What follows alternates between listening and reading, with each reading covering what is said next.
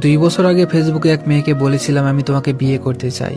মেয়ে সাফ সাফ জানিয়ে দিল তার সরকারি জবওয়ালা ছেলে চাই। আমি শুধু বাই বলে আর কখনো নক করিনি। মেয়েটা সেদিন আমায় ফোন দিয়ে বলে জব পাইছো, আমি বললাম না। সে বলল আমার বিয়ে ঠিক হয়েছে। আমি কংগ্রেস জানাইলাম। মেয়েটা বলল আমাকে নিয়ে পালাইতে পারবা, আমি সরাসরি না বললাম। মেয়েটা বলল ওকে, তোমার ঠিকানা বলো, ইনভাইটেশন কার্ড পাঠিয়ে দিব, বিয়ে খাইতে আইসো। তারপর সে ফোনটা কেটে দিল। 2 দিন পর রঙিন কাগজে মোড়া একটা প্যাকেট আসলো কুরিয়ারে। খুলে দেখলাম তার নিজের হাতে লেখা একটা চিঠি। সেখানে লেখা ছিল তুমি একটা আহাম্মক। যাই হোক, বাবার পছন্দের ছেলেটা বিসিএস ক্যাডার, সদ্যই জয়েন করেছে, এবারের 43তমতে, ফরেন ক্যাডার, অনেক বেতন, অনেক স্মার্ট। তোমার থেকে মাশাআল্লাহ দেখতে সুন্দর।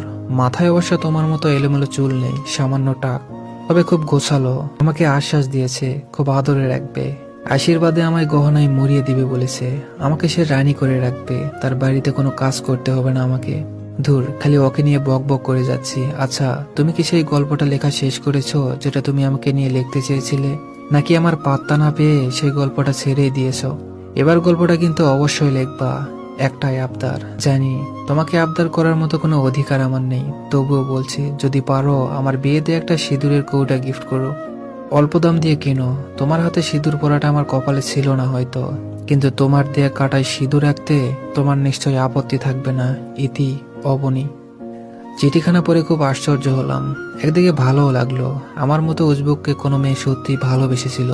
আমি নির্দিষ্ট দিনে গিয়ে হাজির হলাম। মানুষে মানুষে জমজমাট আবহাওয়া, সবাই খুব ব্যস্ত, এত ব্যস্ত ভিড়ে অবনীকে কোথাও দেখতে পেলাম না।